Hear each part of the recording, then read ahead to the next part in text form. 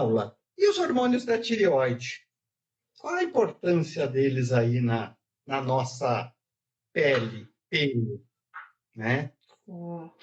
Bom, pessoal, boa noite inicialmente, né? Porque eu não caí, eu tomei um tombo.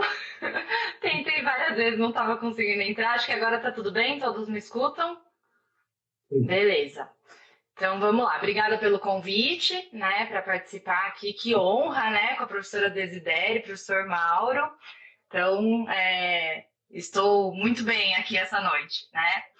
Bom, então, o hormônio tiroidiano, ele tem sim uma importância, né, em relação aí ao ciclo do pelo, à saúde da pele do paciente, né? Então, é muito comum o paciente hipotiroideu inicialmente passar no dermatologista e vice-versa, né? Então, às vezes, a gente chegar para a gente um paciente hipotiroideu e a gente pedir um auxílio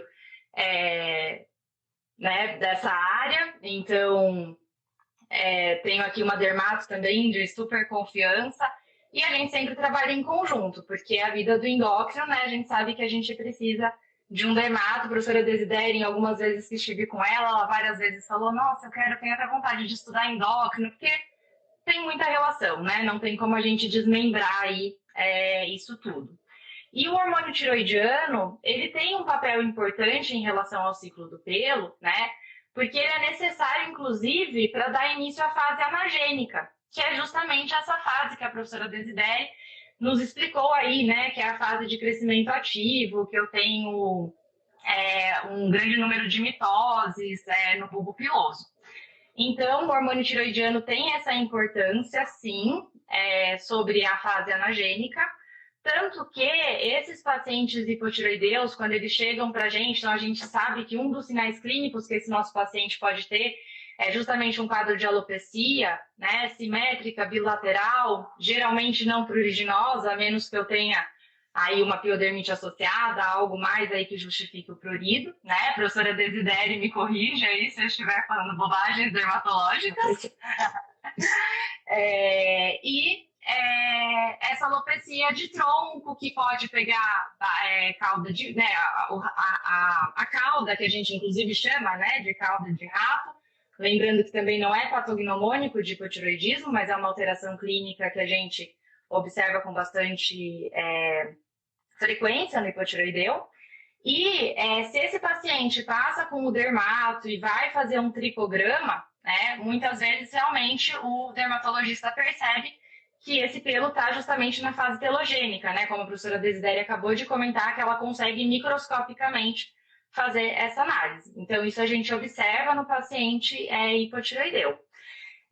O hipotiroideu, ele também acaba tendo outras alterações cutâneas, né? Então, a gente sabe que o hormônio tiroidiano, ele também é importante, né, sobre o metabolismo dos glicosaminoglicanos. Então, uma alteração também muito frequente é o depósito de mucina, né, no subcutâneo desses pacientes. E aí, esses pacientes ficam com aquela e esse acúmulo de mucina facial é muito interessante. Eu falo assim, né? Eu acho a clínica linda por conta disso. Então, tem algumas coisas clínicas. É claro que a gente vai evoluir, né? A gente vai fazer nossa anamnese, nosso exame físico, nossos exames complementares. Mas tem algumas coisas clínicas que a gente está lá, o animal está lá na recepção, a gente está olhando e a gente já está, né, pensando, assim, aquela carinha.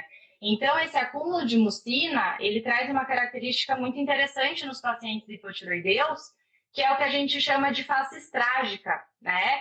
Que é aquele aspecto do animal tristonho, ou às vezes emburrado, né? Eu tenho foto de alguns que eu falo, não é nem triste, ele é emburrado.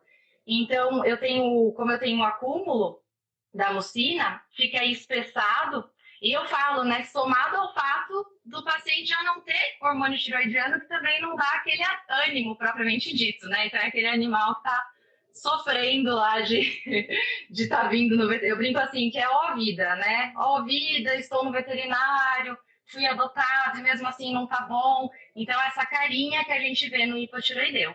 Então, também é uma característica interessante, né? Aí pensando na parte dermatológica. E, além disso, eu tenho as alterações relacionadas ao metabolismo da gordura, metabolismo de ácidos graxos. Então, a pele desse paciente também tende a ser uma pele mais gordurosa. É um paciente extremamente predisposto a distúrbios de queratinização, né? Então, eles podem chegar para a gente com uma seborreia oleosa ou seca, né? E isso é uma situação que predispõe a piodermite. Então, é muito comum a gente atender esses pacientes que têm um grau de prurido porque tem uma piodermite associada. E, às vezes, isso faz uma confusão na nossa cabeça, né? Mas, poxa, eu aprendi que a alopecia endócrina não é pruriginosa. Mas, muitas vezes, esse paciente tem algo correlacionado até por conta do próprio quadro, e aí ele apresenta um grau de prurido também associado a esse quadro clínico. E aquela pele sempre espessa, né? Também é uma pele espessada. Eu brinco que uma das coisas também que a gente tem que olhar em relação ao do hiperadreno, né? O paciente com hiperadreno, é essa pele mais espessada, aqueles calos de apoio bem hiperqueratóticos, que muitas vezes ulceram, sangram, né? Então, tem uma relação importante, assim, não só quanto ao pelo, quanto à pele de uma maneira geral.